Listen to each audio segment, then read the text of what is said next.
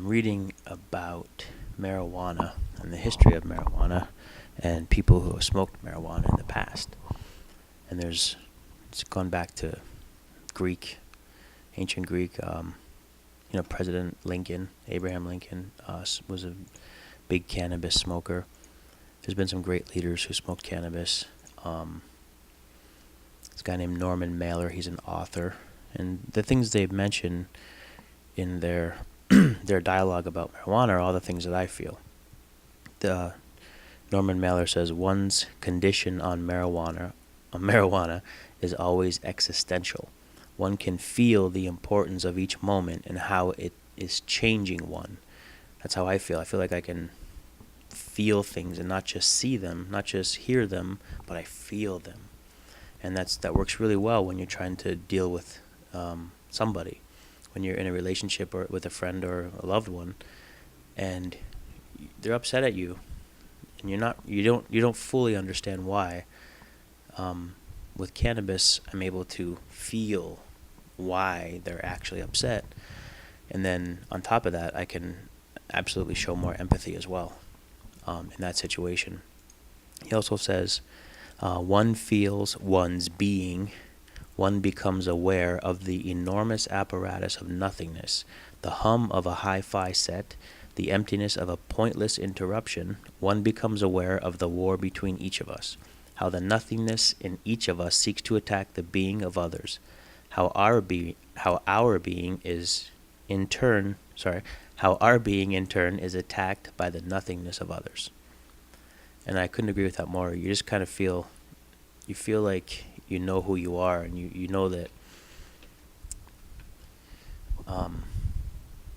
there are so many other people that are completely different than you, and you kind of accept that, I used to really hate people for being different than me or having beliefs that are completely contradictory to mine until I understood why they have those beliefs. Dry mouth is a side effect of marijuana. Not all the other propaganda they tell you. Just dry mouth. Not even munchies. That's not real either. That if you have munchies before you smoke, then you probably have them after you smoke. That's a myth. All right. Now I forgot where I was. Let's go to the next guy. Carl Sagan, of course. One of my favorite people. The precursor to Neil deGrasse Tyson. An amazing, brilliant mind. He talks about the legality of cannabis. He says the illegality of cannabis is outrageous, an impediment to full utilization of a drug which helps produce the serenity and insight, sensitivity and fellowship so desperately needed in this increasingly mad and dangerous world. If you just think about that in basic terms, humans are made out of chemicals, and for whatever reason, those chemicals seem to be out of balance on a global scale. And what I mean is, there are certain brains in certain areas that work on a certain wavelength, and then if you go to another area, they work on different wavelengths. It has to do with evolution, environment, whatever. We're different people. We're different. We're all humans, but because of natural selection, we're completely different.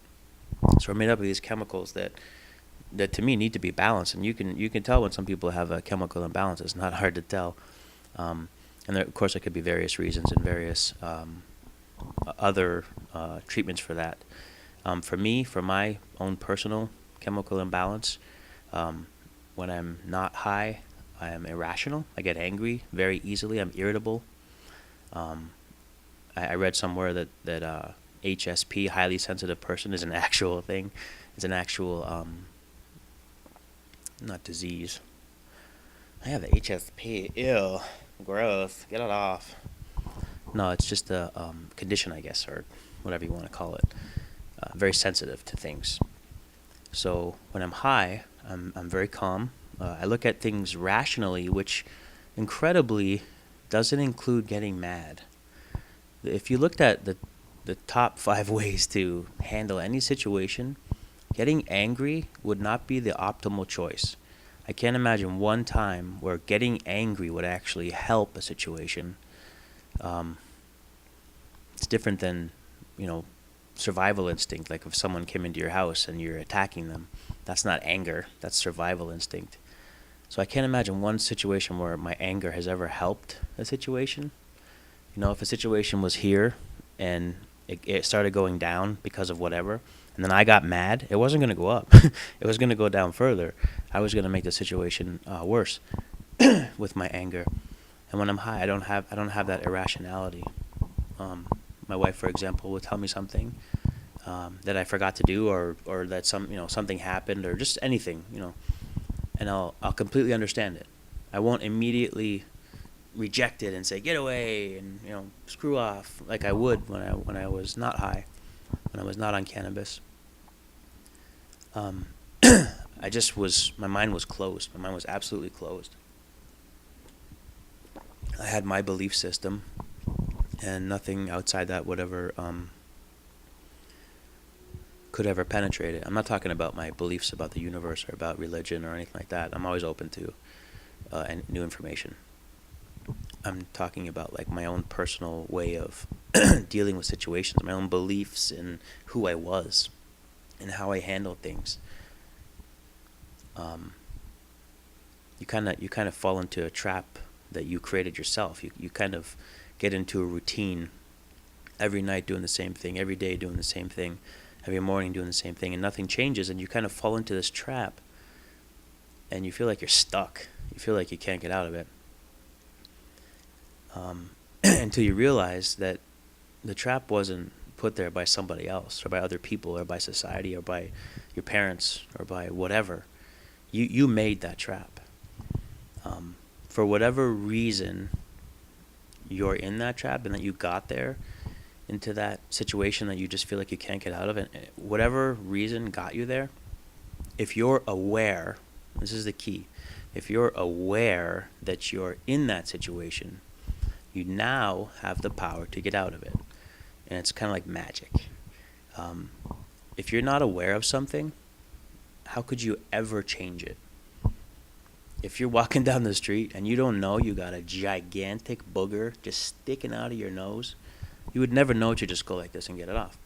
But if someone said to you, hey, dude, yeah, right there. And now you have the knowledge that you have a gigantic booger. I love this gigantic booger story, by the way. I have to use this. Now you have the knowledge that it's there, and you can get it off, and you can correct the situation. For me, marijuana has given me the ability to take a snapshot, maybe even more, maybe take a video, take a running video of my life, and look at myself deeply and say, holy crap, I need to make a change. I need to make a big change. And how could I ever know that? People tell you things, and your wife says, wow, you're gaining weight, or wow, you're depressed, or wow, you're angry, or wow, you're irritable. But it doesn't sink in. You blame them. You blame the outside influences on your own problems. And it's just strange. It's a very strange transition from from believing that it was everybody else's fault for who you are, to realizing that you now have the ability to change that. You're accepting that the past is the past. What happened. I understand why that person did that. I understand why this person screwed me over in that way. I understand why this happened. Whatever it was, that's the past. So you look at yourself and you say, okay, here I am. You either A, have a really good situation, where you can change things quickly. That is some good vodka. Just kidding, it's water. Deja Blue. You either have the ability to change your situation right away.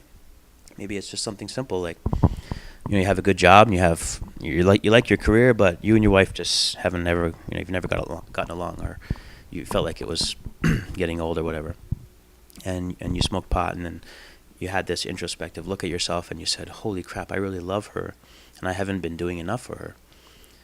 Maybe that's an easy fix.